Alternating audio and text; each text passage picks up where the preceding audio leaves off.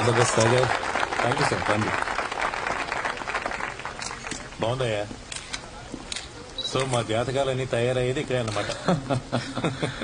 లోపల పూజ జరుగుతుంది, రండి సార్. ఏమయ్యా నువ్వు మరీ మా పొలిటీషియన్స్ కన్నా వరుసగా జరుగుతున్నావుగా. ఏమైంది సార్? మేమంటే కనీసం 5 ఏళ్ళకి ఒకసారైనా పార్టీ మారుస్తూ ఉంటాం.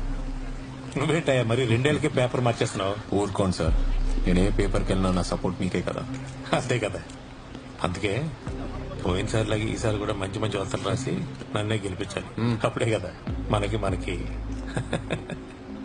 ఆ సత్యపట్నం బై ఎలక్షన్స్ లో రాజీవ్ని నిలబెడుతున్నారంట. వారిని ఈ విషయం నీకెలా తెలిసిందయ్యా? ఆ రాజీవ్ గారు కూడా తెలుసుండవు. పొద్దునే డిసైడ్ అయింది అది.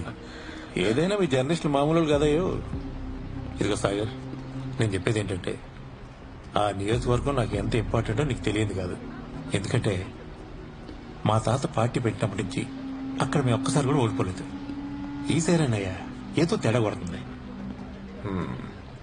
ఆపోజిషన్ నుంచి ప్రొఫెసర్ విజయ్ కుమార్ గారు నించుంటున్నారంట. అదే కదయ్యా, ఏమయ్యా స్కూల్లో పాఠాలు చెప్పుకునే వాళ్ళు ఈ లాయర్లు డాక్టర్లు వీళ్ళకి ఎందుకయ్యా పాలిటిక్స్? ఇదిగో ఈసారి ఆ ప్రొఫెసర్ మీద మాత్రం ఒక కన్నేసి పెట్టు. నువ్వు కట్లు కథలే రాస్తావు, ఆమెకు రంగు బాగుతలు కడతావు,